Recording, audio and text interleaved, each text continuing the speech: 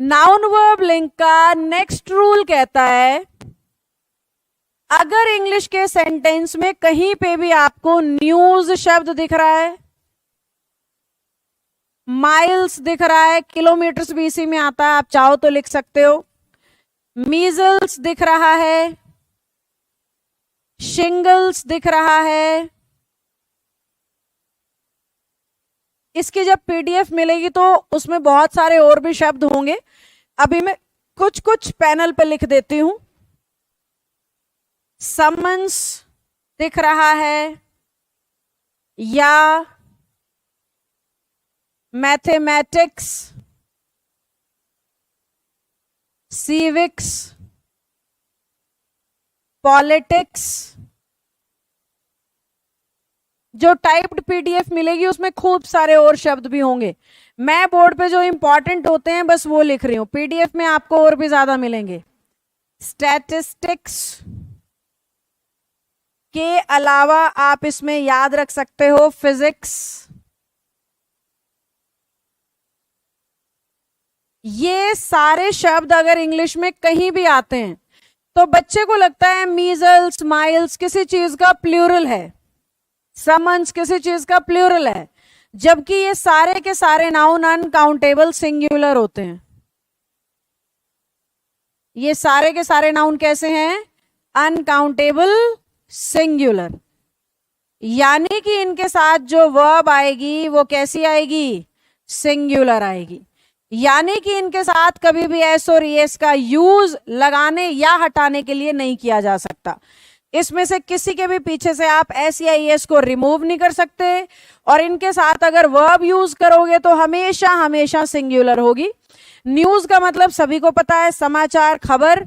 Miles वही है जिसको आप हिंदी में मील कहते हो।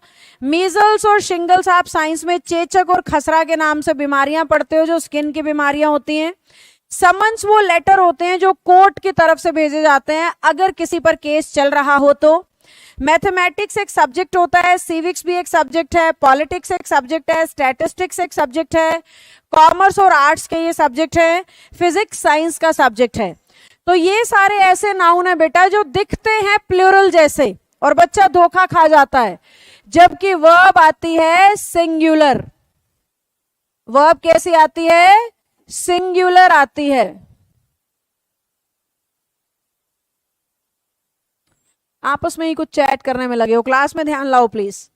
तो सारे लिख के बताओ चैट में, ये सारे नाउन कैसे हैं, सब बताओ। अनकाउंटेबल। दूसरी बात ये बताओ, इन सब के साथ वर्ब कैसी आएगी? सिंगुलर। तीसरी बात क्या सिखाई? इन पे कभी भी एस या एस का यूज आप हटा नहीं सकते, यानी आप कभी भी माइल नहीं बोल सकते, मीजल नहीं बोल सकते, समन का इस्तेमाल नहीं कर सकते। आपको हमेशा क्या कहना चाहिए? समन्स बोलना चाहिए। तो अगर कहीं पे लिखा है measles are a dangerous disease, बड़ा सेंटेंस बन रहा है, इतना स्पेस नहीं है तो छोटा सेंटेंस बनाते हैं। Mathematics is a subject, mathematics is a easy subject, tough subject, कुछ भी आप लिख सकते हो। मेरे पास स्पेस नहीं था इसलिए मैंने छोटी लाइन बनाई है। तो मैथमेटिक्स एक अनकाउंटेबल नाउन है, इसलिए इज बोल रहे हैं।